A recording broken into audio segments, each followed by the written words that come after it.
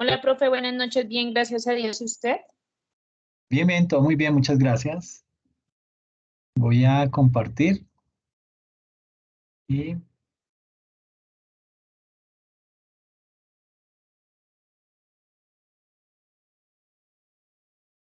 me confirman porfa si están viendo la presentación. Sí, señor. Ok, muchas gracias. Bueno, vamos a hablar acerca de una temática que es los criterios de reconocimiento y medición de, de los estándares internacionales. Básicamente, pues digamos que esto es lo más, digamos que es de lo más importante. ¿Por qué? Porque cada que nos llega una transacción a la contabilidad o al área contable, nosotros debemos tomar decisiones de en qué cuenta la vamos a registrar. Para eso, pues debemos tener, digamos que debemos seguir una serie, una metodología que nos permita no cometer errores y que nos permita a la vez contemplar todos los criterios que debemos tener presentes. ¿Listo? Entonces, básicamente, esta sesión está organizada de la siguiente manera. Vamos a ver cuatro componentes. El primero de ellos, vamos a hablar del principio de reconocimiento, luego del principio de medición, luego de la jerarquía del valor razonable y cerraremos con un caso práctico para analizar lo que hemos visto ahí en esta sesión. Eh, lo primero que hay que decir es que ese proceso de reconocimiento hace referencia o hace énfasis al proceso de incorporación de los elementos en los estados financieros. Ahora, ese reconocimiento en los estados financieros primarios, que son, ¿cuáles son los estados financieros primarios? El estado de situación financiera, el estado de resultados, el estado de cambios en el patrimonio y el estado de flujos de efectivo. Ese reconocimiento en esos estados financieros primarios no puede ser reemplazado con la revelación de las notas a los estados financieros. ¿Qué quiere decir eso? Que básicamente cuando nosotros eh, vamos a reconocer alguna transacción, no podemos quedar con cosas sueltas o decir, ah, lo reconocí como propiedad, planta y equipo, pero en las revelaciones digo que es que eh, no, en realidad esa transacción pertenece a una propiedad de inversión porque es que el bien no lo reconocimos o no lo estamos utilizando para el desarrollo del objeto social de la empresa, sino que lo estamos arrendando. Entonces, esas revelaciones que hacemos en las notas a los estados financieros no aplican para eso, ¿ok? Eso hay que tenerlo en cuenta. Yo sé que eso ya no se da, pero sucede que cuando se empezaron a implementar las NIF, esa era una de las salidas que utilizaban muchos contadores en diferentes empresas y eso estaba mal, ¿listo? Entonces ya el estándar internacional enfatiza en que las revelaciones no son para eso, no son para tratar de corregir errores que se están dando en la contabilidad y al momento de llegar a los estados financieros, en esas revelaciones hacemos la corrección. Eso no es para eso, ¿listo?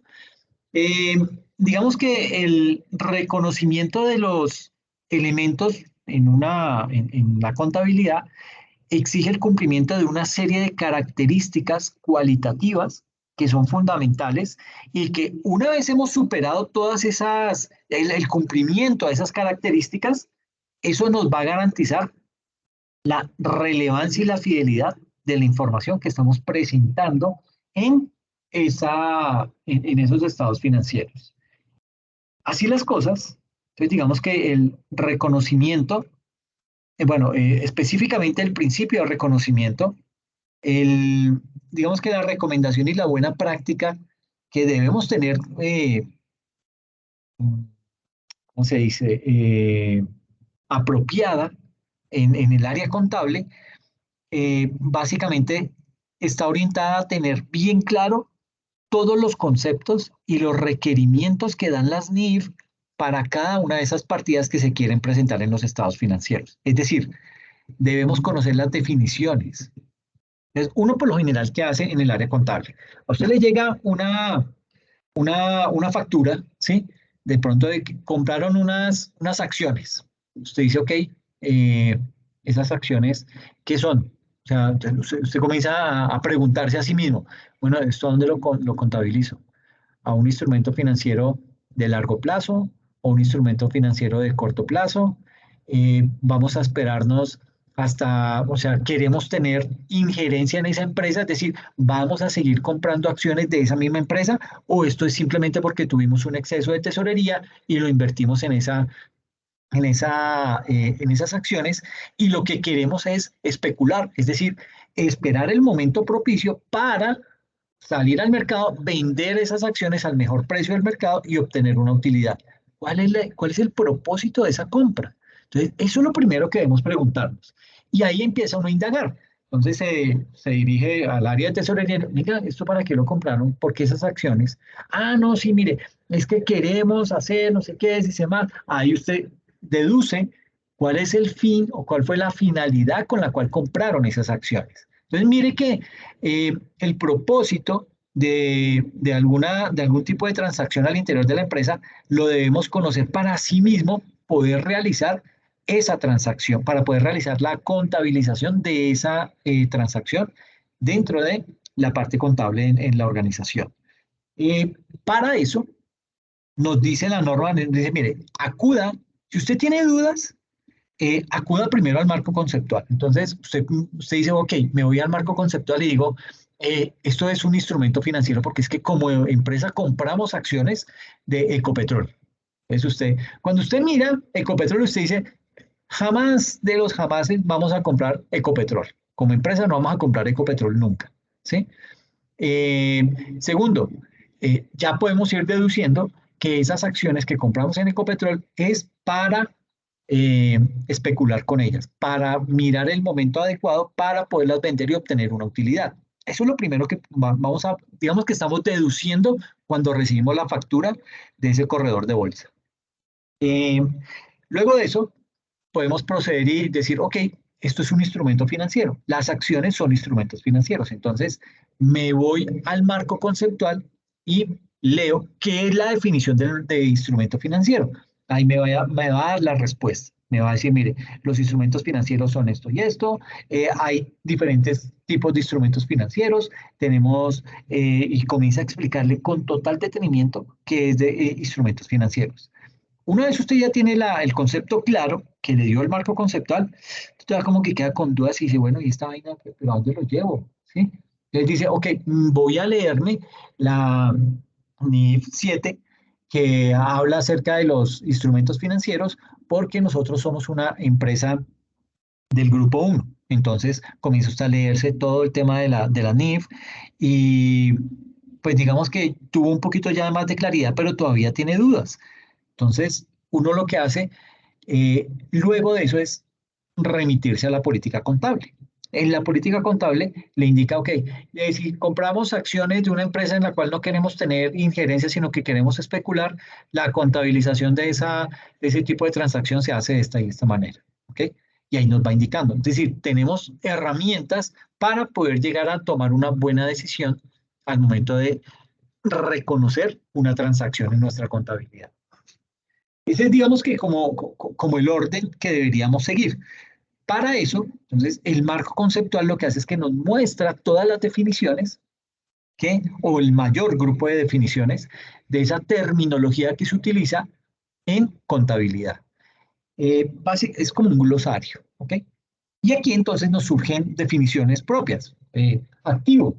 Nos dice que activo es un recurso controlado, es decir, no es como antes se decía que activo era todo aquello que le pertenece a la empresa o que ya ve que es de propiedad de la organización. No, hoy en día se dice con el simple hecho que usted esté controlando ese activo, eso ya lo puede usted considerar como activo. ¿Qué es controlar? Yo estoy asumiendo los riesgos de tener ese activo bajo mi custodia. Yo tengo que protegerlo, ¿sí? Entonces, haga en cuenta un concesionario. El concesionario, usted no es el dueño de los carros, ¿sí? Usted por lo general lo que hace es que construye una vitrina, que así le llaman a esas bodegas grandes en donde muestran todos los carros, y una vez usted lo tiene listo, se va para donde un fabricante y le dice, oiga, tengo una vitrina ubicada calle 134 con autopista al norte en Bogotá. Y ahí yo quiero vender ahí los carros suyos. ¿Qué negocio hacemos? Entonces le dice el fabricante, no, perfecto, me parece un buen punto, no sé qué, caminamos y lo conocemos, lo miran, le dice, sí, me parece muy bien, aquí podemos meter tales y tales carros de tales dimensiones, porque pues imagínese, si ese fabricante también hace tractomulas y le va y le dice, no, yo quiero que usted venda son tractomulas, pues usted qué hace con una vitrina, ahí solamente le cabe una tractomula y para de contar. Pero si usted puede meter carros pequeños, de diferente gama, que sean bien atractivos, bien llamativos, pues va a ser mucho más fácil y usted los va a poder vender mucho más rápido. En ese orden de ideas, usted no es el dueño de los vehículos, usted simplemente es el dueño de esa infraestructura física, de esa planta física, pero los vehículos le pertenecen al fabricante, porque ¿cuál es la negociación? El fabricante me dice, ok, yo le doy los carros, usted me responde por esos carros y todo carro que usted venda, yo le doy el 25% del costo de ese vehículo. ¿Listo?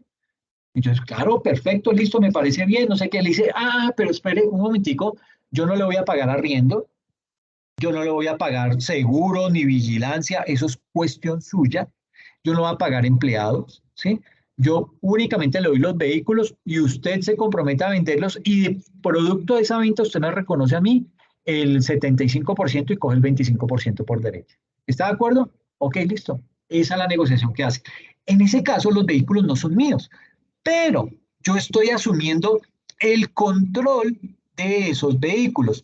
Yo tengo que poner un sistema de alarmas, debo poner un sistema de vigilancia, debo tener una serie de seguros, ¿sí?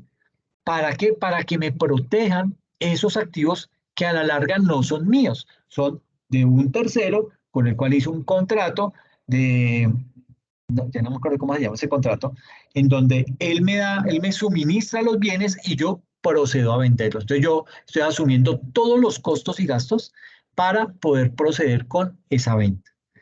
Obviamente, pues yo debo tener total claridad sobre si ese negocio me conviene o no me conviene. Yo ya habré hecho mis estudios y sé que ese es el porcentaje indicado, que con ese porcentaje cubro los costos y gastos y aparte obtengo una utilidad. ¿Ok? De esa manera es como, digamos que se percibe hoy en día lo que es un activo. Es ese recurso controlado por la entidad como resultado de sucesos pasados. ¿Qué es el suceso pasado en este caso que les estaba colocando? El contrato que hicimos con el fabricante de vehículos. Yo fui, lo visité, le hice la propuesta, llegamos a un acuerdo y eso es, hoy en día tengo el concesionario instalado en la calle 134 con autopista norte en Bogotá, porque hice un convenio, firmamos un acuerdo, como le quiera llamar, con el fabricante de esos vehículos y yo los estoy vendiendo esos vehículos, ¿ok? Él me pondrá más condiciones, él me dirá, ok, esa vitrina va a estar ahí por 5 años y usted solamente va a vender mis vehículos, ¿sí? Yo le digo, bueno, si va a ser exclusividad, entonces ya no le voy a cobrar el 25%, sino que le voy a cobrar el 35%. Ya el fabricante me dirá si sí, si no, y si no, pues si no se da el negocio, pues buscaré otro y hasta que dé con el que cumpla y que nos permita tener una muy buena negociación en donde ambos ganemos, fabricante y yo como concesionario de vehículos. ¿Listo? Entonces, básicamente eso es lo que quiere decir esta definición, que activo es un recurso controlado por la entidad como resultado de sucesos pasados y del cual se espera obtener unos beneficios económicos en el futuro.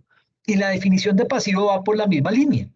Pasivo es una obligación presente de una entidad surgida de sucesos pasados, al vencimiento de la cual y para cancelarla, la entidad espera desprenderse de recursos que incorporan beneficios económicos. ¿Qué define el marco conceptual por ingresos? Que son los incrementos en los beneficios económicos producidos a lo largo del periodo sobre el que se informa, ya sea como entradas o incrementos de valor en los activos o decrementos de las obligaciones. Y los gastos son los decrementos en los beneficios económicos producidos a lo largo del periodo sobre el que se informa a manera de salidas o disminuciones del valor de los activos o bien por la generación o aumento de los pasivos. Entonces, estos son simplemente 4 definiciones. El marco conceptual es un libro más o menos de unas 80 páginas en donde tiene una gran cantidad de definiciones. Ese es nuestro primer nuestra primer fuente de información, el marco conceptual. Cuando ya tenemos esa definición puntual, la comprendemos y la tenemos clara, ahí sí entramos y abordamos la NIF que queremos investigar. Dependiendo si usted es grupo 1, grupo 2, entonces pues mirará la norma que le compete y con base en eso pues ya se hace a una idea mucho más clara y revisa luego la política contable. Esto con el ánimo de, pues digamos, de tener toda la información completa, de tener toda la información clara. Ahora, si ya hicieron la política contable, pues es muy posible que hayan surtido todos estos pasos. Leerse la definición en el marco conceptual, haber hecho una muy buena interpretación de la NIF correspondiente y con base en eso armaron esa política contable. ¿Ok? Entonces ya digamos que con la política contable ese es el primer insumo al que yo me voy a remitir y digo, ok, estas acciones las voy a contabilizar en tal cuenta, ¿ok? Porque ya tiene el concepto claro, sabe cuál fue la motivación que tuvo la organización para comprar esas acciones, usted ya tiene completamente claro ese tipo de negocio. Entonces, al tener esa claridad, para usted es muchísimo más fácil reconocer esa transacción dentro de la contabilidad. ¿Listo?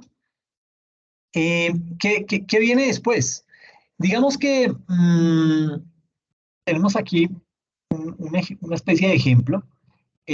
La visión general del nuevo modelo de reconocimiento de ingresos en términos de reconocimiento y medición. ¿A qué hace referencia a eso? Es como el orden que yo debo seguir para poder realizar un buen proceso de reconocimiento y medición de transacciones al interior de la organización. Entonces, ¿qué me dice? Me dice, mire, usted lo primero que debe hacer cuando le llega una transacción al área contable es identifique a dónde va a registrar esa transacción. ¿Qué paso debo hacer yo? ¿Cuál es el primer paso? Identificar el contrato con el cliente. ¿Qué tipo de contrato hicimos? ¿Es un contrato de compraventa? ¿Es un contrato de arrendamiento? ¿Es un contrato de leasing? Hay que entender ese tipo de título que se firmó entre las partes. Luego que ya lo he identificado, yo debo proceder a identificar las obligaciones que están separadas dentro de ese contrato. ¿Qué quiere decir eso? Por ejemplo, el señor de los vehículos, el concesionario. Entonces, ¿cuál es mi obligación? Que tan pronto yo venda el vehículo, le hago la consignación del 75 o del 65% del valor del vehículo al fabricante y yo descuento esos otros recursos y sigo con mi dinámica empresarial. ¿Ok? Entonces, yo ya sé que tan pronto venda el vehículo, le transfiero al fabricante de los vehículos el porcentaje que hemos estipulado. Ahí tengo que mirar muy bien el IVA, las retenciones, todo ese tipo de cosas para poder hacer primero, una buena contabilización y segundo, poderle transferir los recursos sin ningún inconveniente. Es decir, que eso no me vaya a generar problemas a futuro. ¿Listo? Pero el reconocimiento no es un proceso solitario o aislado. El reconocimiento va de la mano con el proceso de medición. En principio, la medición se hace en dos momentos y se denomina medición inicial cuando se hace en el reconocimiento y medición posterior cuando hacemos el cierre contable. Entonces, ese proceso de medición tiene también unas etapas. El paso número 3 es determinar el precio de la transacción. ¿Cómo lo determino? Pues obviamente, digamos que el fabricante me está diciendo que ese vehículo vale 100 millones, pero que él me lo deja en 65 millones y en lo que yo lo venda, bueno, puede que haya una condición que diga el, el concesionario únicamente puede vender el vehículo por el precio que fije el fabricante, en este caso 65 millones. Yo no lo puedo vender más caro de esos 65 millones porque está dentro de las cláusulas del contrato. ¿Ok? Diferente si él me dice, si llegamos a un acuerdo en donde le digo, yo le pago a usted 65 millones por un vehículo de la marca tal, modelo tal, color tal, por ese vehículo específicamente, cuando yo lo venda, le voy a transferir a usted 65 millones. Eso quiere decir que el valor lo tengo abierto, yo puedo vender ese vehículo en el valor que yo quiera. Tampoco me voy a poner a venderlo, a pedir 220 millones por un vehículo que en el mercado fácilmente oscila entre 100 millones, 105 millones. y tratar de yo dármelas de vivo y decir, ay, si le voy a ganar y solamente, o sea, lo vendo en 210 y le pago al fabricante solamente 65, ¿no? Pues eso ya con ese se tapó. Pues no, eso no funciona de esa manera. ¿Por qué? Porque hay un mercado que es en donde los precios se regulan. Entonces, si yo como comprador de vehículos voy y encuentro que ese vehículo que yo quiero comprar en ese concesionario puntual me están cobrando 210 millones y en el concesionario al lado está en 102, pues yo me voy para el de 102. Entonces, ellos tampoco son bobos, ellos miran cuáles son los precios del mercado y con base en eso listan sus precios también. Entonces, lo tienen más o menos controlado. Entonces yo lo que hago primero es determinar el precio de esa transacción en el proceso de medición. El paso cuarto es distribuir el precio de esa transacción entre las obligaciones del contrato. Entonces, el precio es de 100 millones de ese vehículo, lo vendí en 100 millones, le transfiero al fabricante los 65 millones que le corresponden, le practiqué la retención en la fuente, le cobré el IVA, todo lo que tenga que hacer de ley, lo voy a contemplar ahí, que hace parte de ese tema del precio y le giraré al Estado lo que le debo girar en tema impositiva y de esa manera me queda claro el tema. O sea, yo ya tengo una muy buena medición ahí. Y el último paso, ahí sí ya procedo es a contabilizar los ingresos a medida que la entidad satisface sus obligaciones. ¿Listo? Ese es el paso número 5. Entonces, mire cómo el reconocimiento va de la mano de la medición. Yo no puedo reconocer algo que no tengo certeza, yo no puedo reconocer algo que no tengo un soporte que me diga o que me justifique que ese es el valor, que esa es la medición de esa transacción. No lo puedo hacer. ¿Por qué? Porque si yo me doy el lujo de decir, esa transacción, como no me ha llegado la factura, yo voy a estimar que eso vale 250 millones. Y con base en ese valor, usted presenta declaración de la renta, presenta unos gastos totalmente inflados, unos gastos y costos inflados, y pues básicamente, ¿qué va a ocurrir? Que en principio la DIAN le va a mandar un inspector. ¿Por qué? Porque la DIAN ya hoy en día tiene totalmente toda la información de los contribuyentes. ¿Por qué? Porque la información le llega vía exógena, porque la información le llega vía factura electrónica, le llega vía nómina electrónica, dentro de muy poco tiempo le va a llegar vía contabilidad electrónica y así sucesivamente. Toda esa data la DIAN la organiza y gracias al código CIU, coge y dice, aquí están los productores de leche. Estos productores de leche con el código CIU tal, ellos tienen unos costos y gastos que oscilan entre el 42% y el 60% de sus ingresos. Todo aquel que se salga de ese rango entre el 42 y el 60%, o sea, que de pronto usted es un productor de leche y comercializa la leche y tiene unos costos de apenas del 20%, pues la DIAN dice, venga, ¿y este man por qué solamente el 20%? ¿Qué estará haciendo? ¿Será que no solamente tiene vacas, sino un cultivo por ahí ilícito? O está rebajando la leche. ¿Qué estará haciendo? Entonces va y lo visita. ¿Por qué? Porque la DIAN ya no traga entero. Ya no era como antes que eso era un salto de fe, asumía que esos costos y gastos que le estaban declarando, eso era y paré de contar. Hoy en día no, gracias a la analítica de datos, revisa toda esa información y saca esos rangos. Con base en eso, empieza a determinar. Y entonces, si de pronto usted no le está reportando unos costos y gastos muy inferiores, sino que son superiores al rango, al 60%, dice, venga, este man, ¿por qué comercializa leche, produce leche, la comercializa y me está generando unos gastos del 80% cuando el promedio es del 20%? Entonces, del 60, perdón. Entonces va y le hace una inspección. Dice, bueno, señor, vengo a revisar y ya va con todas las armas. Dice, ay, vea esta belleza lo que me metió de gastos y costos, voy a revisarle eso. Llega ya, le dice, bueno, tráigame por favor todas las facturas que indiquen los costos y gastos en los que incurrió para la venta de esa leche. Entonces le trae las facturas y preciso en una de esas está una factura por ahí medio rara,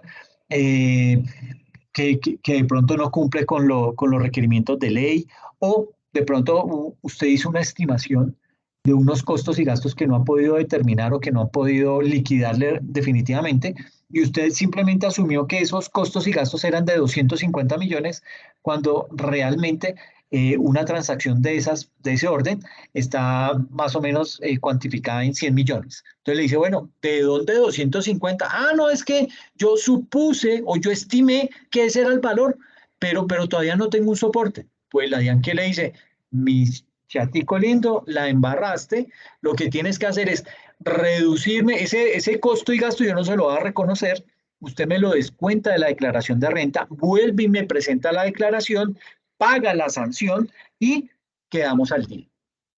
Pero yo no le voy a recibir esa estimación con base en qué. Usted, ¿cuál fue la métrica o cuál fue la metodología que implementó para haber llegado que ese tipo de costos y gastos que no tiene un soporte, me lo estimó en 250 millones? Y no lo tiene. Si no lo tiene, no tiene cómo soportar eso, ningún inspector de la DIAN le va a valer ese tipo de soporte. Y entonces se le acaba de complicar el tema porque usted tiene que quitar esos 250 millones de esos costos y gastos, se le va a inflar la utilidad y aparte de eso va a tener que pagar la sanción. Entonces, imagínense el problema en el que se acaba de meter simplemente por ser tan olímpico para hacer las cosas. Entonces, básicamente, este es el reconocimiento y medición que estamos manejando, o bueno, que estamos manejando lo que tiene implementado el estándar internacional. Pero digamos que para el reconocimiento hay unos requisitos que se deben cumplir. Son tres los requisitos. ¿Cuál es el primer requisito de estos? Eh, Básicamente, el primero se denomina el cumplimiento de la definición. Ese primer requisito para el reconocimiento es que los elementos cumplan con la definición para poder ser reconocidos. Que yo los pueda clasificar como un activo, como un pasivo, como un ingreso, como un gasto, etcétera, etcétera. El cumplimiento de la definición, digamos que tiene implícito una relevancia a la información. ¿Por qué se dice eso? Porque los elementos tienen capacidad para influir en la estimación de los flujos de efectivo futuros. Ahora, este tipo de condición no es suficiente. Es necesario que la información supere un doble análisis que está relacionado con la relevancia y con la fiabilidad. Y hay un segundo requisito que indica que deben ser probables los flujos de efectivo asociados a ese elemento. ¿Qué quiere decir ahí? Que los elementos que deben reconocer cuando, digamos, cuando hay un grado de incertidumbre, eh, básicamente, bueno, organicemos la idea. Digamos que los elementos se deben reconocer cuando el grado de incertidumbre que rodea esos flujos de efectivo que se van a derivar está controlada en unos niveles aceptables por parte del usuario, de manera que la consideración de esos flujos de efectivo sea relevante. Ya ahorita les explico con más detalle eso. Y el tercer requisito indica que el elemento se pueda medir con fiabilidad. Digamos que debe ser posible obtener una medida de ese elemento, una medida de esa transacción.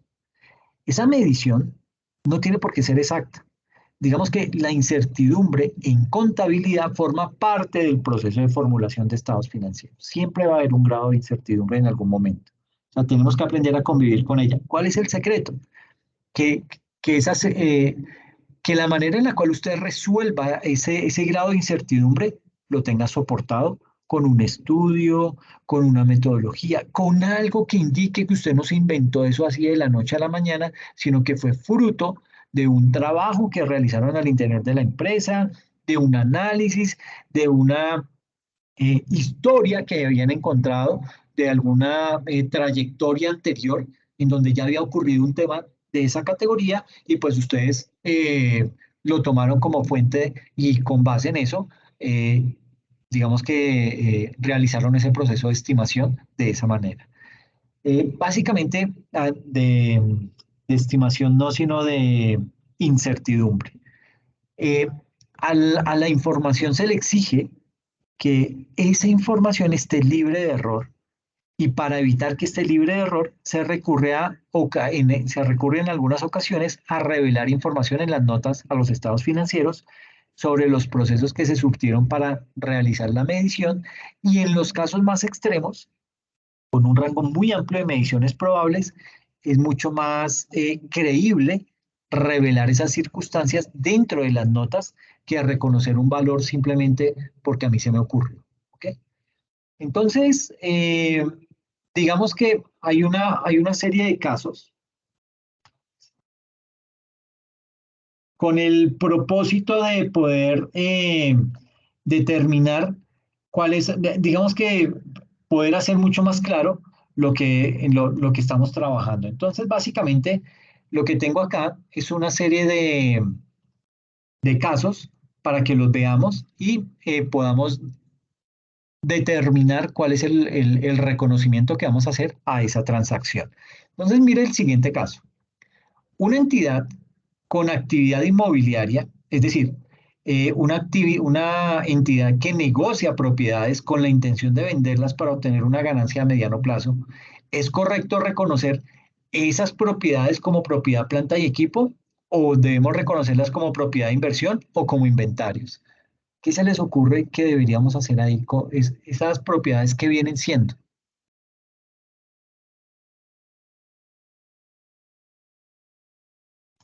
Como inventarios, creería yo. Ok, muy bien, Mauricio. ¿Por qué dices que inventarios? ¿Qué análisis hiciste para deducir que eran inventarios?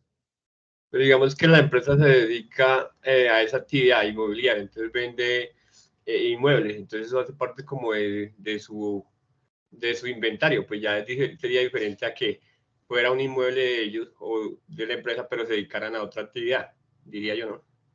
Ok, ¿por qué descartaste propiedad, planta y equipo?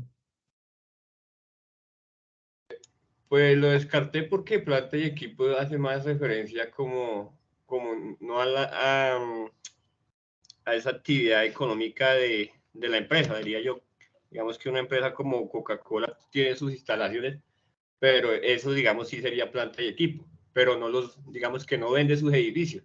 Pues yo lo veo pues, desde ese punto. Ok, no, está muy bien, pero entonces básicamente tú descartaste que esas propiedades no son propiedad, planta y equipo, primero por el modelo de negocio, ¿cierto? Porque dijiste, es una actividad, esa empresa desarrolla una actividad inmobiliaria, y una actividad inmobiliaria se dedica a la compra, venta y arrendamiento de bienes inmuebles. Entonces ahí ya como que lo fuiste filtrando. Es lo que estoy deduciendo. Fuera de eso, dijiste, bueno, tengo tres opciones: o lo catalogo como propiedad, planta y equipo, o lo llevo como propiedad de inversión o como inventario.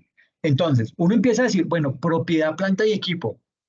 ¿Qué es propiedad, planta y equipo? Propiedad, planta y equipo son todos aquellos activos que yo utilizo para el desarrollo del objeto social de mi empresa.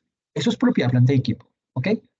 Entonces, en este caso, esos bienes que yo estoy adquiriendo no los voy a utilizar para el desarrollo del objeto social de la compañía. Es decir, ese edificio que acabo de adquirir, ahí yo no significa que es que ahí voy a poner las oficinas de la inmobiliaria o voy a tener unas bodegas, nada de eso. No, eso no es para eso. Entonces, al no ser un elemento que yo voy a utilizar para el desarrollo de mi actividad o de mi objeto social, pues simplemente yo ya lo descarto de propiedad, planta y equipo. Entonces me quedan dos opciones: propiedades de inversión e inventarios. ¿Qué es una propiedad de inversión? Es una propiedad, planta y equipo que yo adquirí, que quería de pronto utilizar para el desarrollo del objeto social, pero que de pronto por cuestión de negocio dije, no, mire, yo más bien lo voy a arrendar. Ahorita los arriendos están altos, yo le puedo sacar más beneficio si lo arriendo en lugar de tener ahí las oficinas de la empresa. O yo pude haber comprado ese edificio y me quedé sin plata, y cuando me di cuenta tengo que cambiarle toda la tubería, tengo que refaccionar los pisos, tengo que hacer obras de pintura, todo ese tipo de cosas. Entonces se me dispara y no tengo la plata para eso. Entonces digo, me quedo quieto, no hago esa inversión, más bien lo arriendo y obtengo unos beneficios, y con esos beneficios ahorro y se lo dedico después para invertírselo a eso. Eso es propiedad de inversión, ¿sí o no? Entonces, miren que uno empieza a descartar, uno primero mira las opciones que tiene. Aquí en este caso fue fácil porque nos decía, nos daba inicialmente la actividad de esa empresa.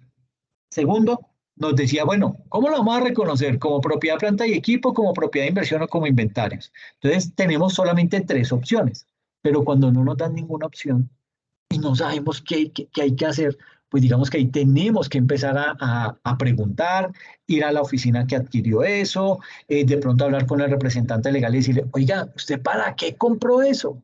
¿Cuál es el propósito de esa compra? Le dirá, no, es que yo quiero hacer una inversión, o yo quiero tener allá las oficinas, o quiero montar un centro vacacional, qué sé yo, la razón que le pueda explicar. Con base en eso, usted ya dice, ok, eso es una propiedad, planta y equipo.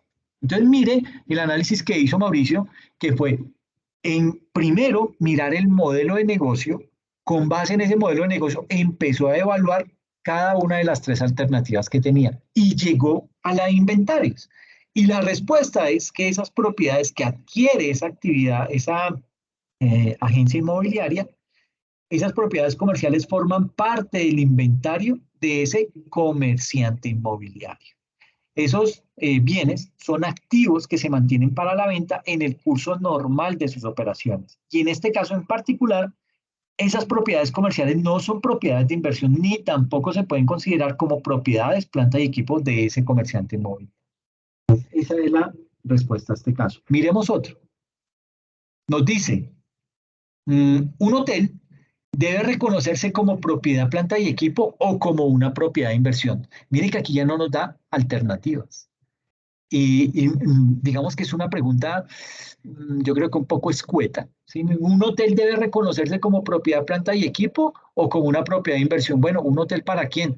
Para mí como, qué sé yo, productor de leche, o para mí como cadena hotelera.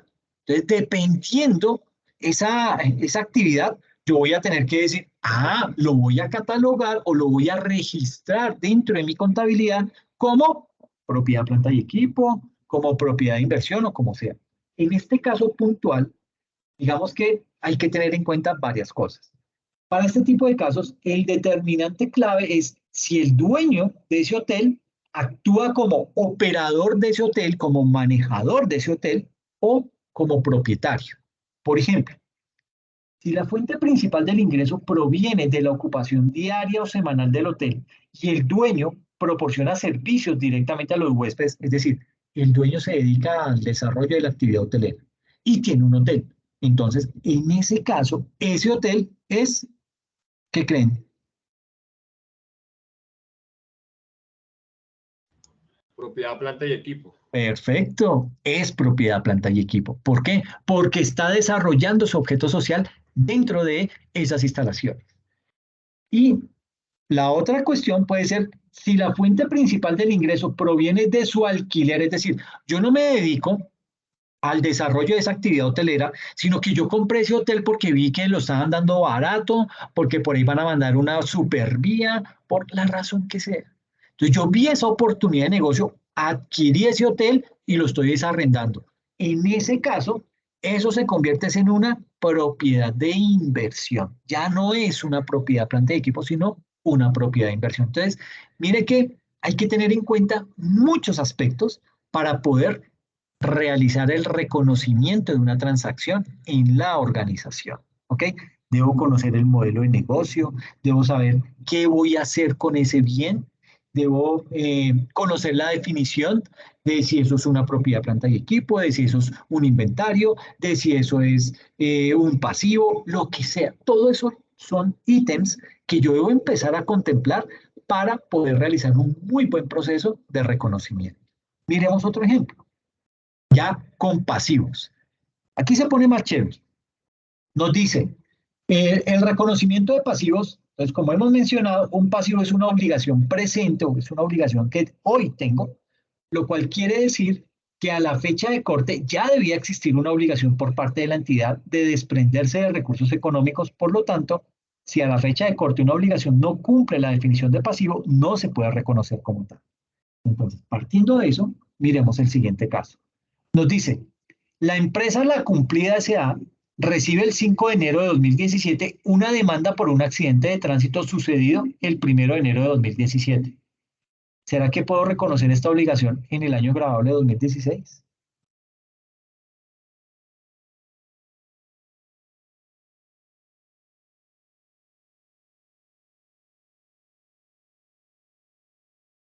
Debería ser en el mismo año, 2017. Ok, ¿por qué No, consideras en que el en el 2016 no. Ok, pero bueno, Yosuldis, dime cuál es tu explicación frente a la respuesta que acabas de dar. Porque, a ver, el 5 de enero de 2017 fue que recibió la demanda del accidente, Sí, ¿sí? Que sucedió el 1 de 2017. No lo puedo registrar en 2016 porque el hecho ocurrió en 2017. perfecto. O sea, yo ya hice un cierre contable a 31 de diciembre de 2016. Entonces yo, lo que pase del 31, del 1 de enero a las 00 horas en adelante, eso ya es otro periodo contable. Entonces yo no tendría por qué reconocer esta obligación dentro del año 2016. ¿Ok? ¿Qué nos dice? Nos dice que en este caso no se puede incluir en el cierre de diciembre esta situación ni reconocer una provisión o un pasivo al respecto, dado que al 31 de diciembre de 2016 no existía esta obligación. Esto pasó el 1 de enero. ¿Listo? Miremos otro, dime. No, que sí. Ah, ok, perfecto, Yesulis. Miremos este otro caso. Derivado de este mismo caso, del accidente, nos dice, en el mismo ejemplo anterior, se realiza un supuesto de que el accidente ocurrió el 29 de diciembre de 2016 y la demanda llegó el 5 de enero de 2017. ¿Será que podemos reconocer esta obligación dentro del 2016?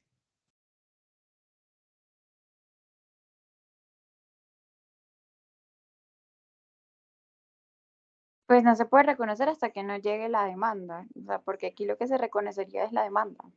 Y llegó al final en... Ok, perfecto, Yosuldis, muy bien. Pero en ese caso, entonces, ¿qué correctamente, correctamente contable que deberíamos hacer es? Una provisión, pero Perfecto, muy bien, es eso, es una provisión que debemos empezar a crear. ¿Ok? ¿Por qué? Porque no tenemos todavía ciencia cierta cuánto fue lo de, a cuánto asciende ese accidente. Puede que haya un litigio, puede que haya ahí tema de demandas que se prolongue en el tiempo. Entonces yo lo que empiezo a hacer es una provisión al interior de la organización. ¿Ok? Entonces, como al 31 de diciembre ya se tenía una obligación, se debe reconocer una provisión para sopesar esta situación. ¿Listo? Caso 3 nos dice, la empresa Lista S.A. tiene la intención de ampliar sus instalaciones para el año 2019. ¿Podemos reconocer esta obligación?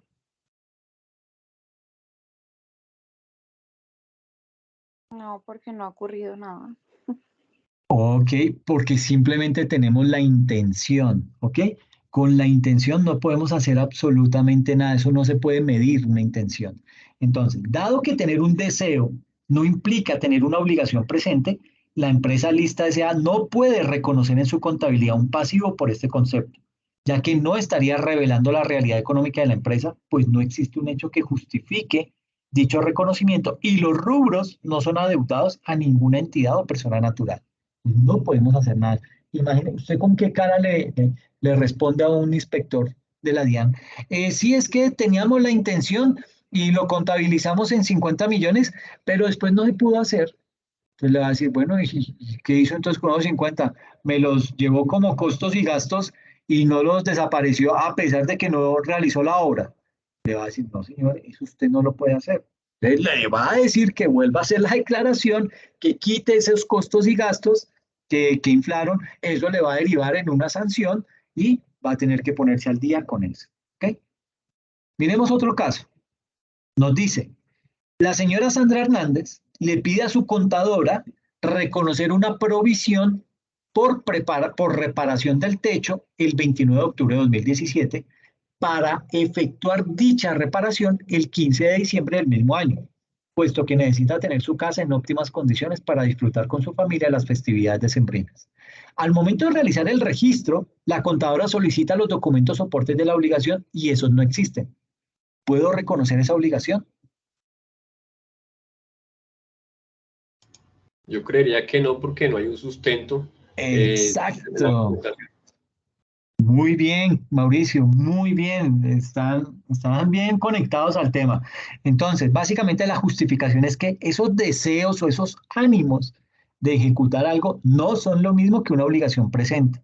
La provisión para arreglar el techo se reconoce cuando ya exista una obligación de pagarle a un maestro de obra o una empresa de construcción. No solo la presunción del hecho da fe de que ese pasivo existe. ¿Listo? Miremos este último caso que nos dice, la empresa La Cumplida S.A. tiene una demanda en curso y está esperando el fallo y la sanción correspondiente. La gerencia no pudo determinar la cuantía de la provisión que debe reconocer para posteriormente saldar dicho pasivo. ¿Podemos reconocer esa obligación? No, señor. Ok, ¿por qué consideras que no, Nereida? Porque la demanda todavía está en curso, todavía no la han determinado, no sabemos el valor que se debe pagar. Perfecto, eso es, no sabemos el valor. Y hay que tener presente, ¿recuerdan el diagramita que les mostré ahorita del reconocimiento? Ese reconocimiento va de la mano de la medición. Y aquí no nos dice cuál es el valor, no tenemos a ciencia cierta cómo proceder a realizar un proceso de medición en este tipo de casos, ¿sí? De pronto, ¿qué puede llegar a pasar? Que a 31 de diciembre le diga, usted como contador dice, bueno, ¿qué pasó con esa sanción? Es decir, ¿eso en qué quedó? Ah, no, sí, inicialmente estaba en 14 millones, pero como se ha dilatado y no hemos podido llegar a un acuerdo, eso ya, según la norma, debemos calcular unos intereses del tanto por ciento. Ah, ok, entonces, con base en eso, yo puedo hacer una estimación y decir, a 31 de diciembre del año, qué sé yo, 2019, la medición posterior de esa transacción que estaba originalmente en 15 millones, a 31 de diciembre la estamos estimando en 17 millones 500. ¿Con base en qué? Ah, usted debe tener un soporte que indique de dónde sacó que la tasa de interés era esa, cómo hizo el cálculo, es decir, que tenga usted de dónde justificarle a un inspector de la DIAN cómo fue que hizo ese cálculo de esos costos y gastos. ¿Ok? Entonces, pues eso habrá que tenerlo muy presente, tenerlo muy claro, pero por lo general, cuando no hay un mecanismo confiable de realizar el proceso de medición, eso no, definitivamente no se puede reconocer en la contabilidad de la empresa. ¿Ok? Entonces aquí dice una obligación presente debe ser cierta, verificable, y en los casos en los que no se puede establecer de manera fiable el monto a reconocer, a pesar de contar con una obligación, no se reconoce un pasivo, pues una condición para reconocer el pasivo es la medición fiable. En este caso, la entidad debe revelar la contingencia en lugar de reconocer una provisión. ¿Listo? Ay, este es el último caso, ya.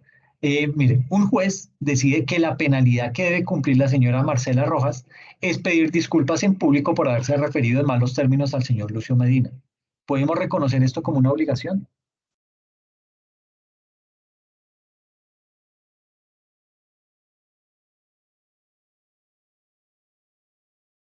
Yo creía que no se debe reconocer, que es que pues, lo que hay es más que una penalidad económica, es más bien como una sanción, no sé, no se asume, digamos, dinero o algo. Pecuniario. Sí. Perfecto, Mauricio. Esa es la respuesta. Entonces, en este tipo de casos, a pesar de tenemos una obligación, ¿sí? Pero la obligación es pedir disculpas. ¿Cómo cuantifico yo una disculpa? Eso no se mide. Entonces, a pesar de tener esa obligación presente derivada de hechos pasados, no se puede reconocer un pasivo puesto que no hay lugar al desembolso de recursos económicos. Frente a situaciones como esta, debe recordarse que el hecho de que se imponga un sacrificio como pago de una sanción no implica necesariamente que dicho sacrificio pueda medirse en términos económicos. Por lo tanto, aquí tampoco se cumple la definición de pasivo. ¿Ok? Entonces, pues con este tipo de casos lo que quería era mostrarles la implicación que puede llegar a tener toda esta temática que alberga el hecho de realizar un proceso de reconocimiento de una transacción al interior de la organización. ¿Ok? Ya después de tener claro ese tema del reconocimiento, ahora sí pasemos al siguiente componente que es la medición. Entonces, ¿qué es ese principio de medición? Por medición se entiende que es el proceso de determinación de los importes monetarios por los que una entidad mide los activos, los pasivos, los ingresos y los gastos en sus estados financieros. La medición involucra la selección de una base de medición. Eso es lo que dice el marco conceptual en su párrafo 4.54. En los estados financieros se emplean diferentes bases de medición con diferentes grados y en distintas combinaciones entre ellas. Tales bases o métodos son los siguientes: el costo histórico, el costo corriente, el valor realizable, el valor presente, el valor neto de realización, el valor razonable, etcétera, etcétera. Entonces, digamos que ese proceso de medición para los elementos que integran el estado de situación financiera es un proceso continuado en el tiempo, mientras que ese elemento o ese activo sea controlado por la entidad. ¿Qué quiere decir eso? Que hay dos tipos de mediciones. La medición inicial, que se realiza de la mano con el reconocimiento, y la medición posterior, que yo debo realizar o cuando me desprendo del bien o cuando hago el cierre contable. Entonces, ¿cómo creen que sería el proceso de medición tanto inicial y posterior de una maquinaria con la cual producimos los tenis que vendemos en la empresa?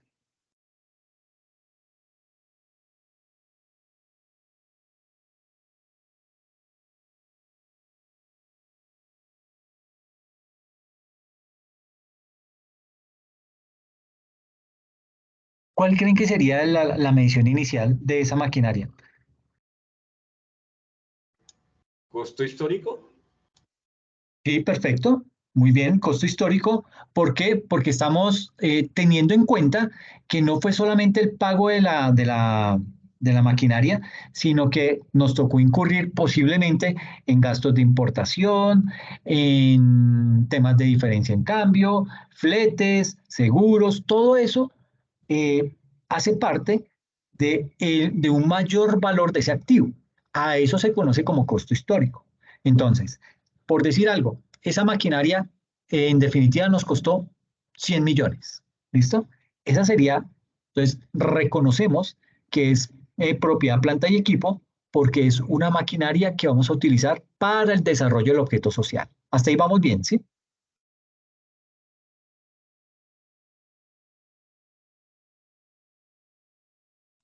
Sí, profe, ahí vamos bien. Perfecto, muy bien. Ahora, ya hicimos el reconocimiento, ya sabemos que eso es propiedad, planta y equipo. Ahora, ¿cómo lo vamos a medir? ¿Ok? Ya Mauricio dijo, ok, el criterio de medición que vamos a utilizar es el costo histórico. Y el costo histórico dice, debe usted sumar todos los conceptos en los que incurra para poner esa máquina en producción.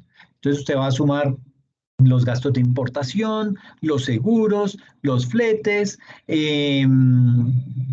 todo lo que tiene que ver con la adecuación física para que esa maquinaria pueda funcionar bien y proyectar, porque eso también hace parte del costo histórico, proyectar el desmonte de esa maquinaria una vez su vida útil finalice. Entonces, todo eso es lo que yo debo hacer, debo contemplar al momento de reconocer y medir una maquinaria con la cual voy a desarrollar el objeto social de mi empresa. Entonces dijimos que esa maquinaria con todas esas arandelas vale 100 millones de pesos. La reconocimos y la medimos en 100 millones de pesos. Ahora, ¿qué pasa a 31 de diciembre de ese año? ¿Cómo hago esa medición posterior?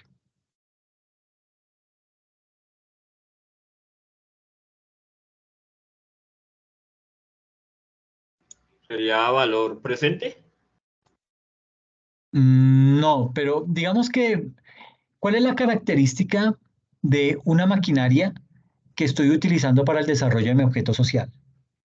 A esa maquinaria, ¿qué le pasa con el paso del tiempo? Se deteriora.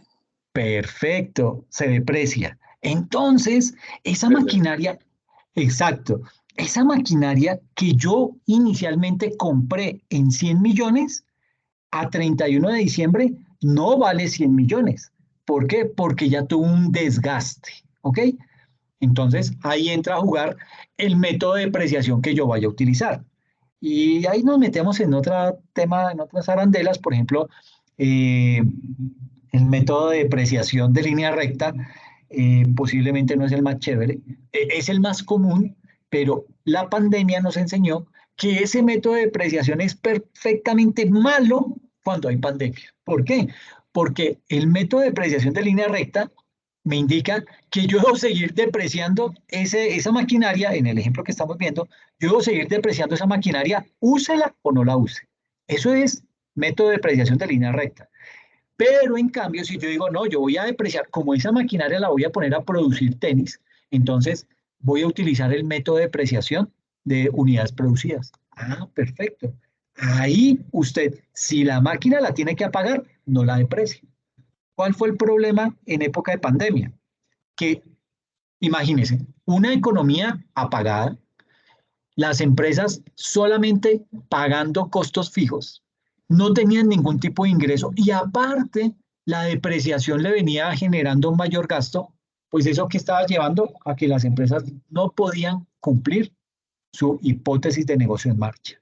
Entonces, básicamente, si yo no cumplo la hipótesis de negocio en marcha, yo me debo declarar en quiebra. Entonces, imagínense ese problema. Entonces, lo primero que empezaron a mirar, a ver desde las áreas contables en las diferentes empresas fue decir, miércoles nos la embarramos poniendo en la política contable que esa maquinaria la íbamos a depreciar por el método de línea recta. Nos equivocamos. ¿Y ahora cómo arreglamos?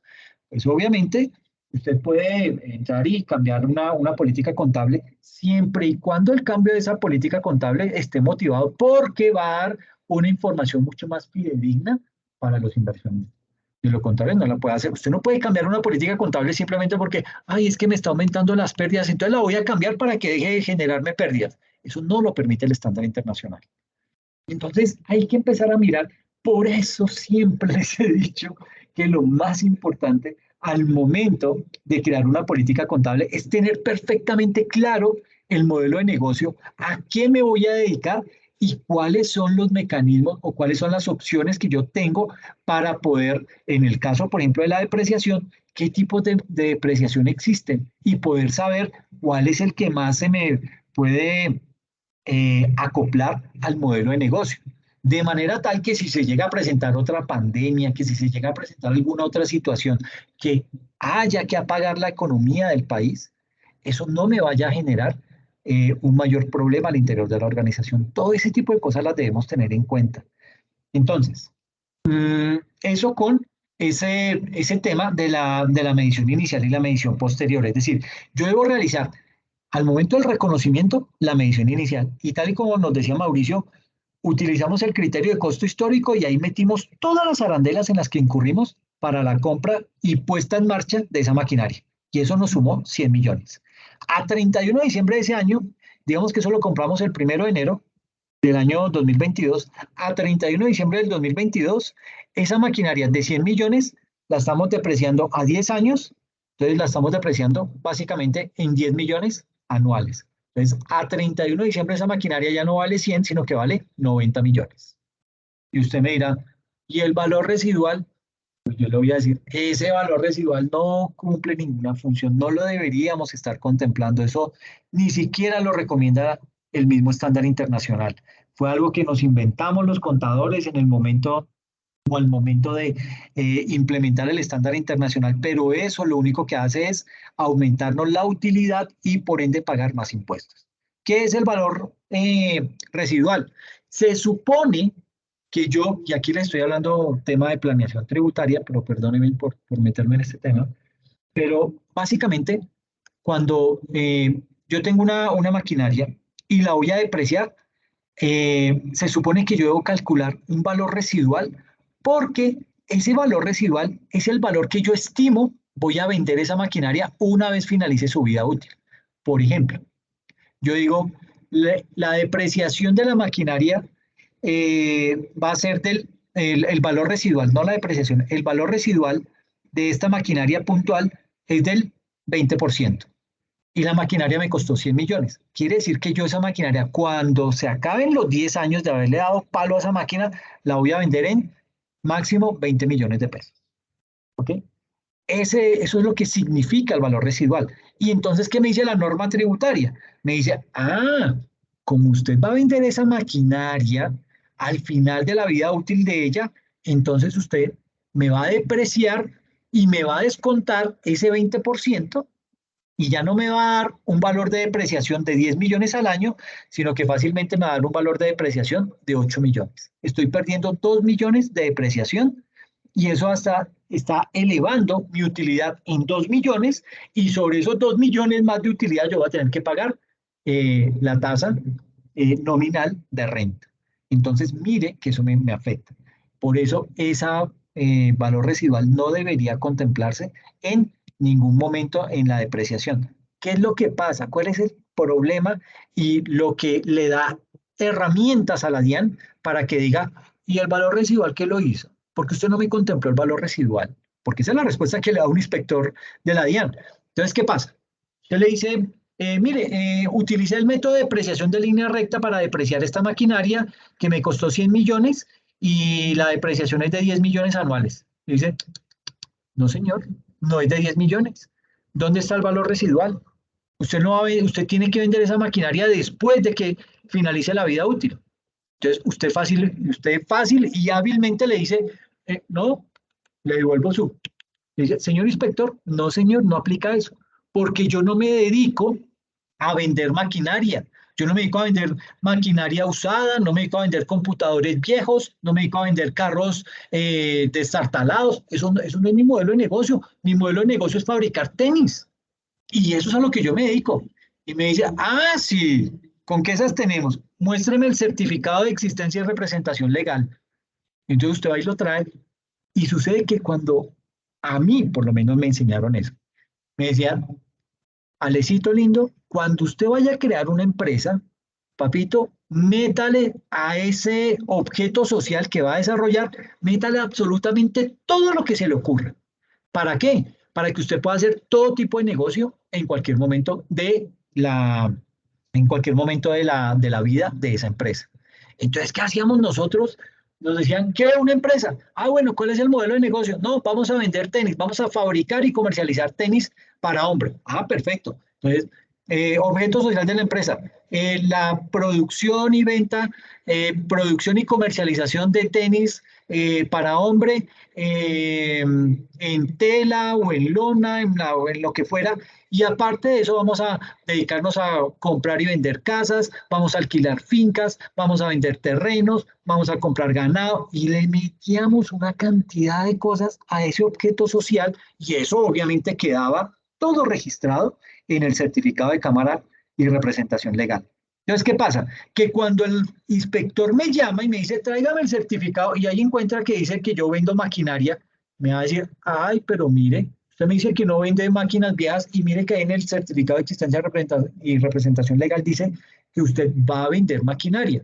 Entonces, ¿qué pasó? Usted hizo mal la depreciación. Usted no me contempló el valor residual a sabiendas de que en el certificado de existencia y representación legal dice que sí va a vender la maquinaria y entonces usted me está tumbando como Estado y entonces lo que va a tener que hacer es recalcularme esa depreciación porque usted va a tener que calcular el valor residual y volverme a presentar la declaración más la sanción.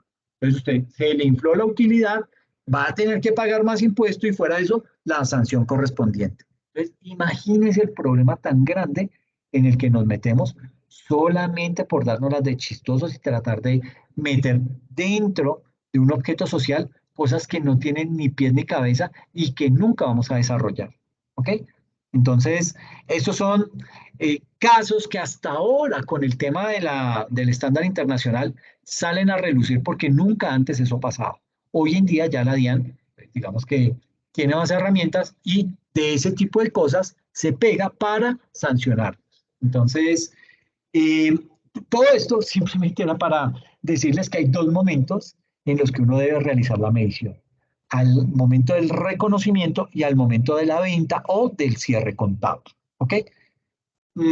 Al final vamos a ver un ejercicio que tiene que ver con una compra de acciones y las vamos a vender. Entonces vamos a tener que mirar cuál es la medición inicial y cuál es la medición posterior. ¿Listo? Entonces, básicamente, con esto de la medición, lo que quiero que les quede presente es que hay dos momentos, uno al momento del reconocimiento y otro al cierre contable o al momento de la venta, y que para realizar un buen proceso de medición tenemos que hacer uso de unas bases o métodos como el costo histórico, costo corriente, valor realizable, valor presente, etcétera, etcétera. ¿Listo? Sucede que la elección de las bases de medición, la elección de las bases de medición se realiza al nivel de cada norma concreta. En ocasiones hay que dejar criterios a juicio del contador. ¿Ok? ¿Por qué? Porque hay que hacer eso. Digamos que esas ocasiones en las que hay que dejarle a juicio del contador el hecho de realizar una estimación de una medición, digamos que se debe hacer porque no todo, digamos que dentro de la contabilidad hay un grado de incertidumbre. Siempre vamos a tener grados de incertidumbre. Y esos grados de incertidumbre afectan también los procesos de medición. Entonces, como les decía en los ejemplos anteriormente que veíamos de las demandas y ese tipo de cosas, pues fácilmente usted tiene que hacer el cierre contable y no lo puede hacer porque no tiene el valor definitivo. Entonces usted lo que tiene que hacer es una estimación. Usted tiene que, a juicio suyo, a juicio del contador, determinar cuál es la cifra con la cual debe realizar el cierre contable. Usted no puede quedar ahí y decir, no hice el cierre contable porque es que el juez nunca se pronunció y no me dijo cuánto era lo que yo debía pagar. Entonces no he hecho el cierre contable y como no hay cierre contable, pues no le puedo determinar la utilidad y como no hay utilidad, entonces no puedo pagar renta. Entonces, échele la culpa al juez. No, eso no se puede hacer. Entonces, ahí le toca a usted como contador decir, miércoles, tengo que hacer el cierre contable, entonces con mi juicio profesional, con mi criterio profesional, yo voy a determinar cuál es la medición para realizar ese cierre y voy a documentar cómo hice o cuáles fueron los criterios que utilicé para realizar ese proceso de medición posterior. ¿Ok?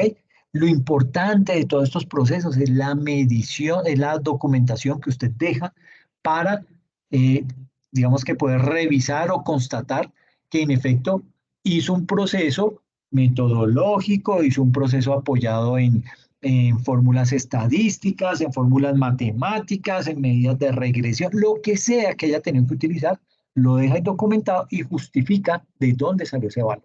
¿Ok? Pero vuelvo y digo, eso puede llegar a pasar en algún momento. Entonces, en ese tipo de cosas, en ese tipo de situaciones, digamos que hay que tener una muy buena documentación y tratar de, a pesar de que sea a nuestro criterio, no significa que, mi criterio es ese y de malas. No, pues yo tengo que tratar de ser lo más centrado y lo más juicioso posible para poder utilizar unos mecanismos que me den un grado de fidelidad muchísimo mayor, entre el 90 y 95%. Si mi grado de fidelidad está por allá en el 60, 50%, eso es malo, está corriendo un riesgo innecesario. ¿Por qué? Porque le va a llegar una visita de la DIAN en cualquier momento y le va a decir, justifíqueme ese valor, y por qué si le dio tan bajito el grado de certeza, lo implementó de todas maneras. ¿Por qué no buscó otro? Entonces ahí vamos a tener problemas. Entonces hay que tratar de, cuando tengamos que utilizar nuestro juicio profesional o nuestro criterio profesional, documentarlo completamente. ¿Listo?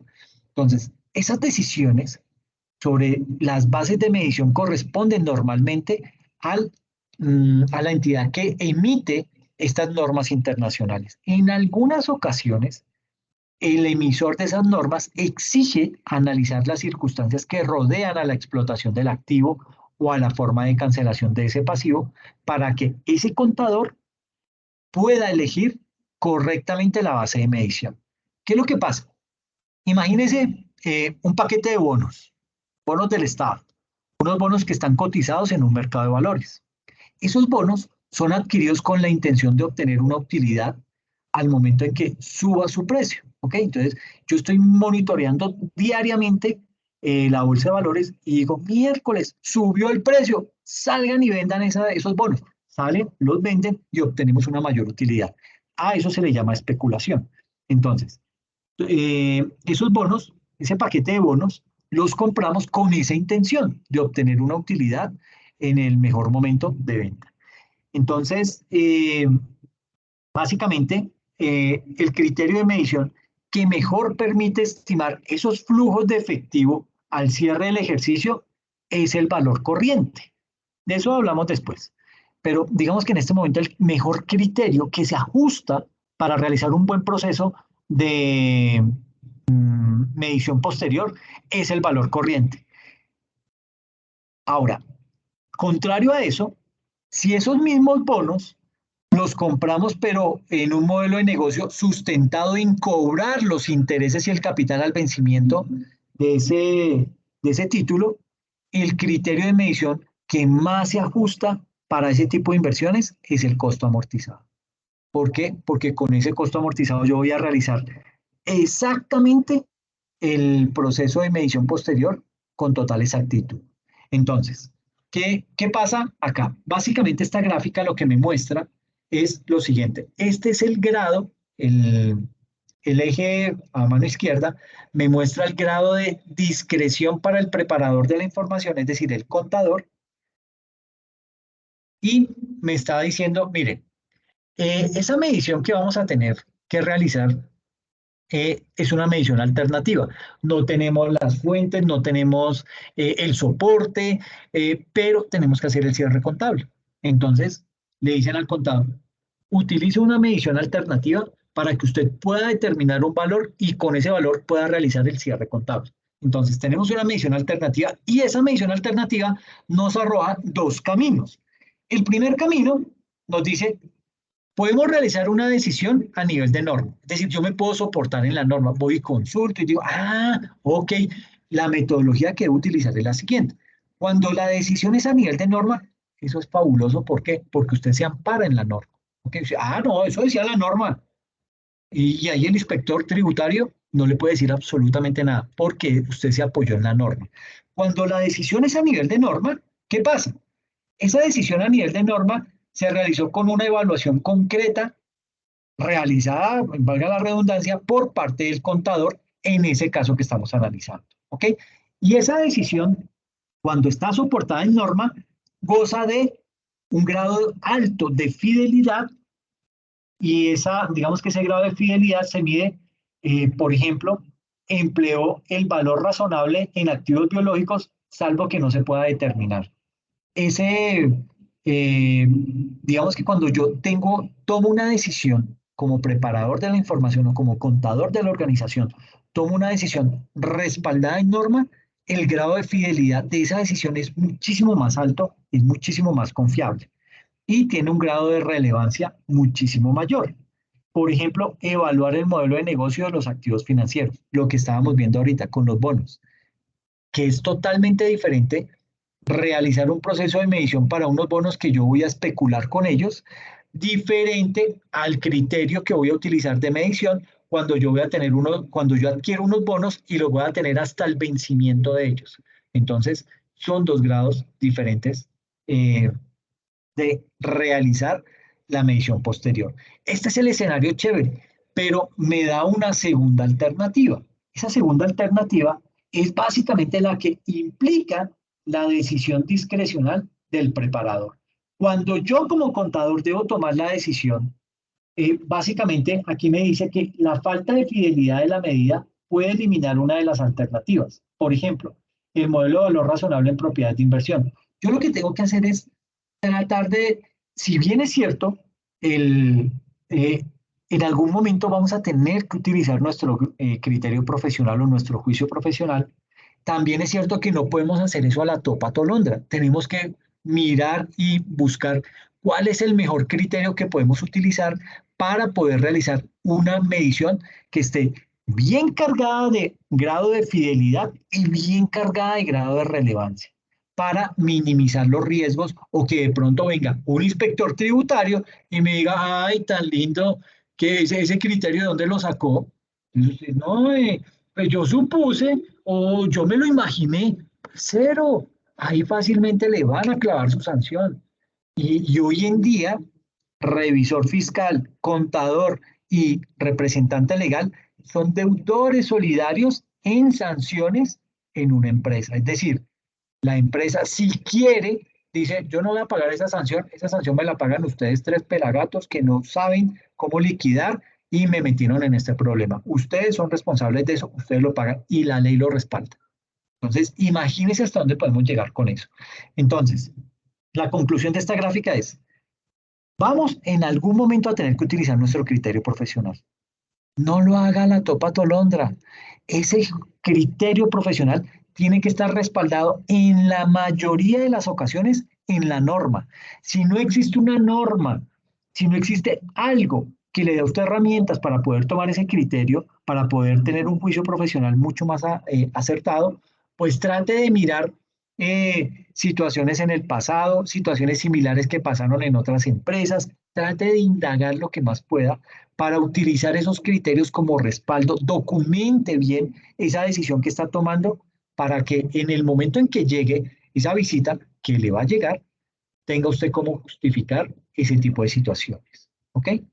Eso es lo más importante, tener esa documentación que le sirva de respaldo para defenderse ante una visita de la DIAN.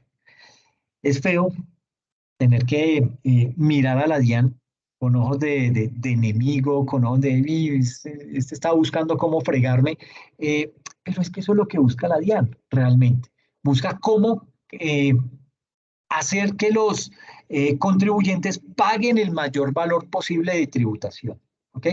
Eso no debería ser, pero desafortunadamente en Colombia se recauda tan poco a nivel de impuestos y además el hecho de poder recaudar eso poco que recaudamos nos genera un costo muy alto, o sea, tenemos que pagar muchísimo para poder recaudar eso poco que recaudamos cada año, ¿ok?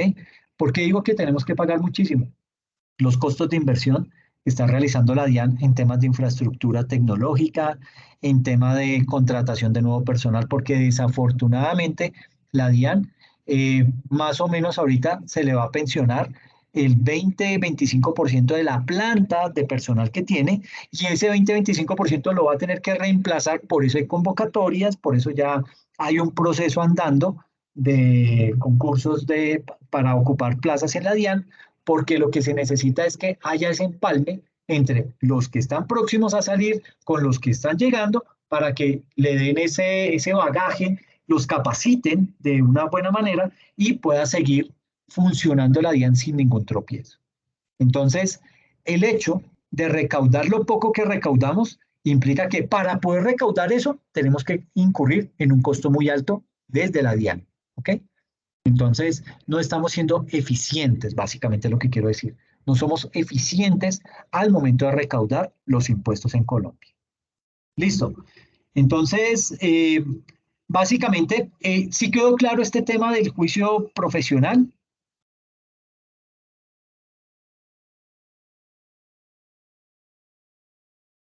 Sí, señor. Perfecto, Kelly, muchas gracias.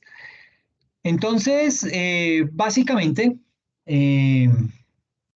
acá, digamos que vienen unos criterios de medición. Digamos que los criterios de medición se agrupan en dos categorías. Entonces, tenemos esas medidas de valor o criterios de medición que son que existen dos categorías. La primera es una categoría basada en el costo histórico y la otra es una categoría basada en valores corrientes. ¿Ok? Digamos que los criterios de costo histórico se fundamentan en el precio de una transacción pasada, ¿sí? Mientras que los criterios basados en valores corrientes utilizan la información que reflejan las condiciones actuales. Entonces uno dirá, este es más confiable. No siempre, ¿ok? Aquí en la diapositiva estamos mostrando la clasificación de los criterios de medición.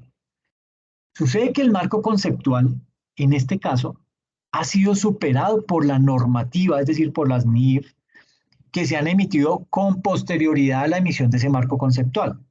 ¿Qué pasó?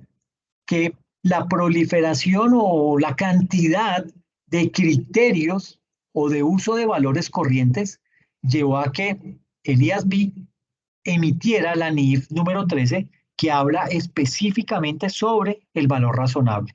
Y lo hizo para poder, digamos que, dotar de homogeneidad el concepto cuando se utiliza el valor razonable en las normas.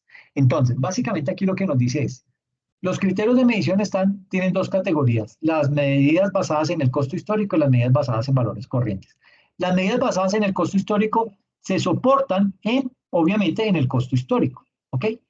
Y las basadas en valores corrientes se soportan en el costo corriente y en el valor realizable neto, ¿ok?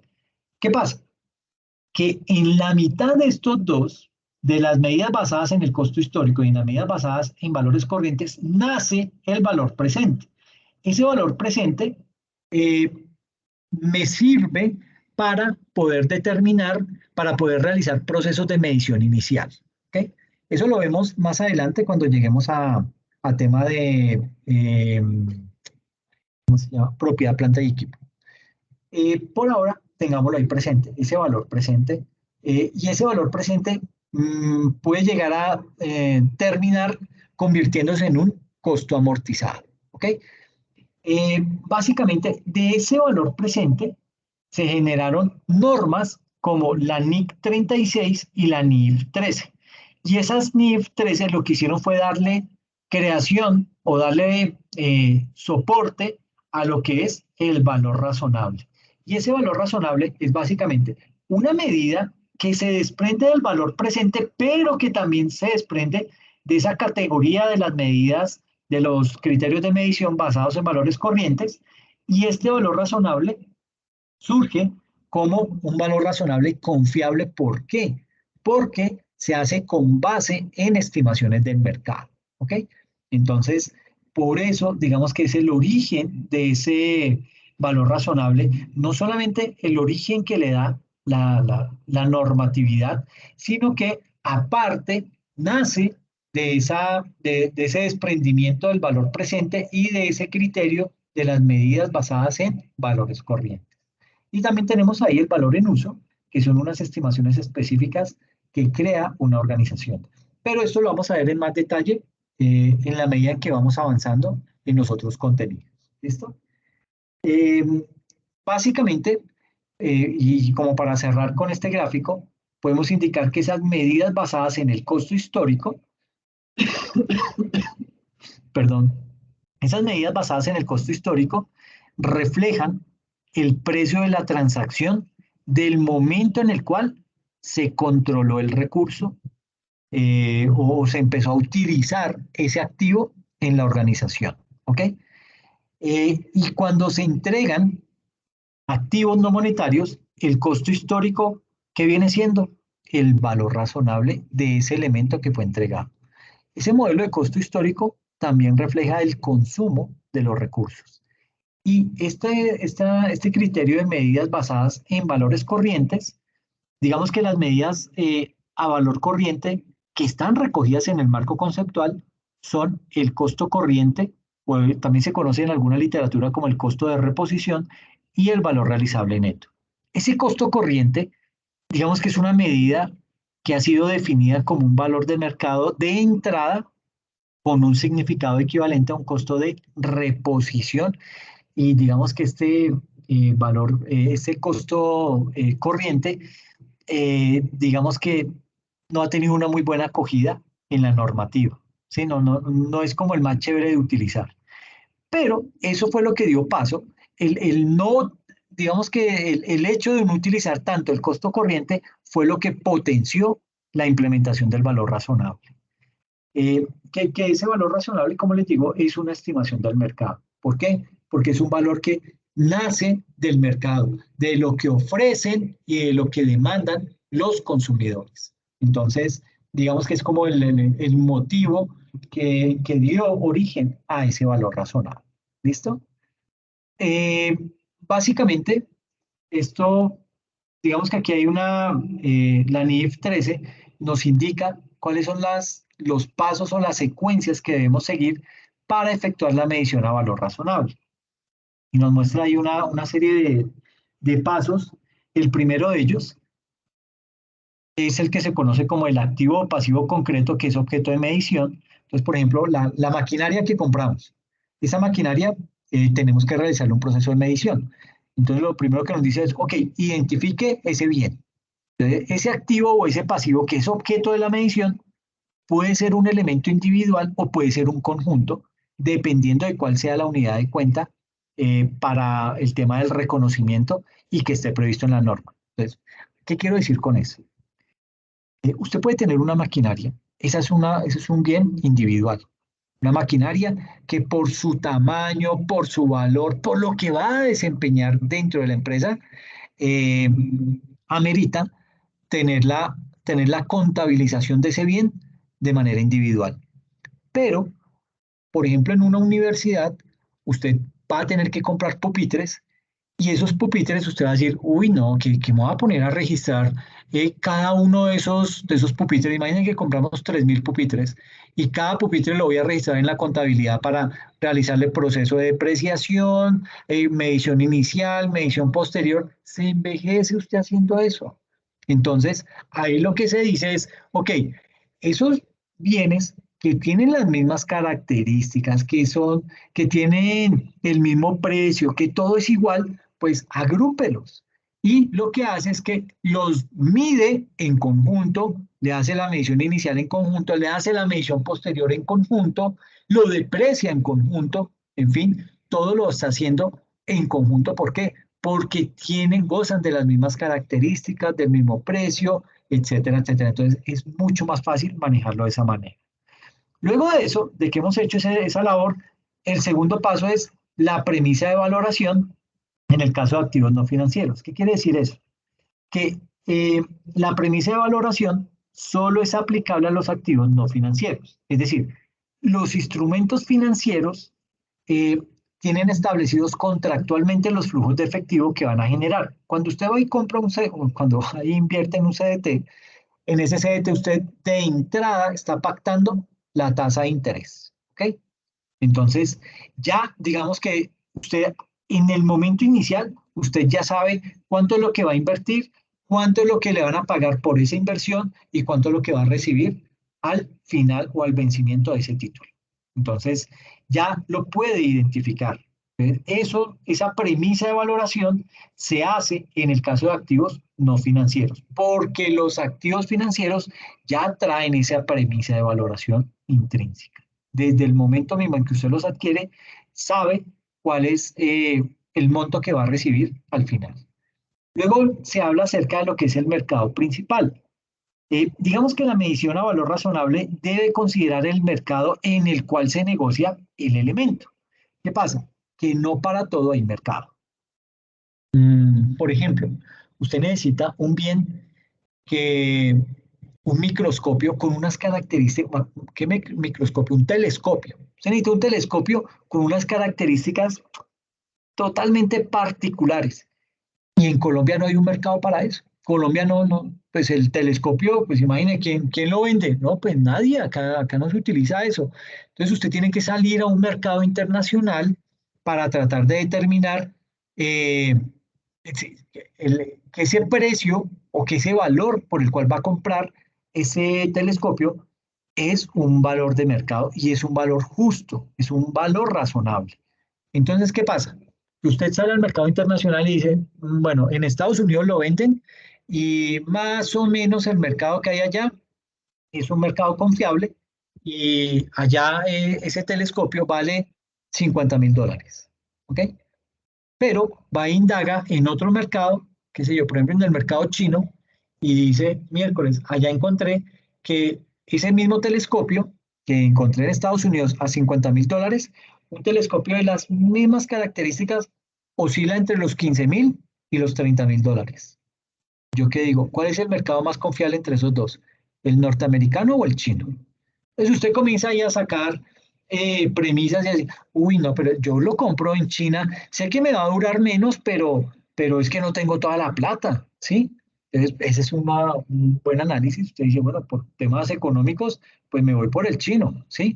Pero y por tema de respaldo, y si esa cuestión llega y no lo puede armar, o acá no hay representación y le toca cada rato importar eh, repuestos y todo ese tipo de cosas, se está metiendo en un problema. Entonces usted tiene que mirar cuál es el mercado que más le conviene. Y con base en ese mercado que más le conviene, es que usted va a determinar el valor. ¿Ok? Por eso es importante identificar cuál es el mercado principal en el cual se comercializa el bien que usted necesita o el bien que quiere comercializar. Y la otra hace referencia a lo que son las técnicas de valoración adecuadas, incluida la calidad de los datos utilizados. ¿Qué quiere decir eso? Que una vez se ha determinado el objeto de la medición, las premisas y el mercado en el cual se negocia, es preciso determinar la técnica de medición. Y para eso existen tres enfoques. Existe el enfoque de mercado, el enfoque de costo o el enfoque de ingreso. Entonces, básicamente, la entidad va a tener que determinar o la entidad va a tener que emplear el enfoque que maximice el empleo de datos relevantes observables sobre los no observables. Y en ese caso, esas mediciones observables están menos sujetas a sesgo y error, por lo que son más fidedignas, ¿ok? Y entonces, en ese tipo de casos, la entidad puede utilizar varias técnicas de medición para, al final, tomar la decisión de enfocarse en la técnica de medición que le resulte más confiable a esa empresa.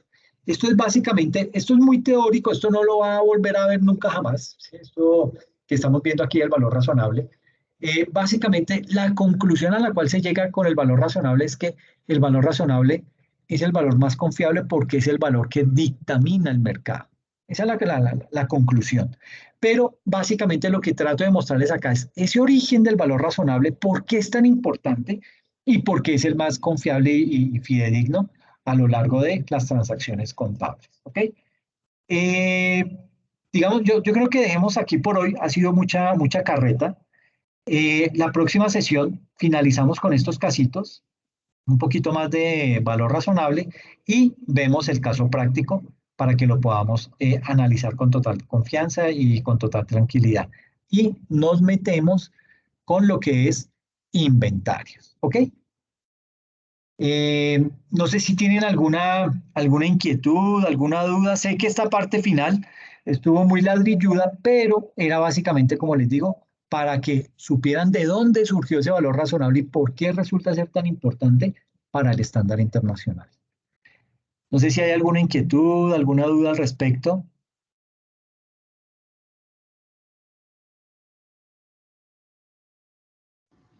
No, no, profe, no. Perfecto, Mauricio. Listo, entonces, pues nada, muchachos, les agradezco mucho la asistencia. Gracias, mil gracias por haber participado. Gracias por haber sido tan, ¿cómo se dice? Tan exactos al momento de los casos prácticos, de haber dado con la respuesta correcta.